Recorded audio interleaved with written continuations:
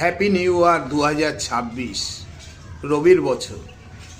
তা রবির বছর বলে যে সবারই ভালো যাবে এটার তো কোনো মানে নেই, কারণ সবারই যদি ভালো যায় তাহলে খারাপটা থাকবে কার?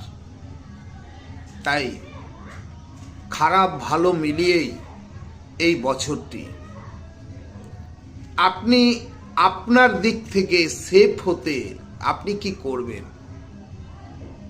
আপনি ঘর থেকে যখন বেরোচ্ছেন, যে কোনো কাজে বেরোন না কেন,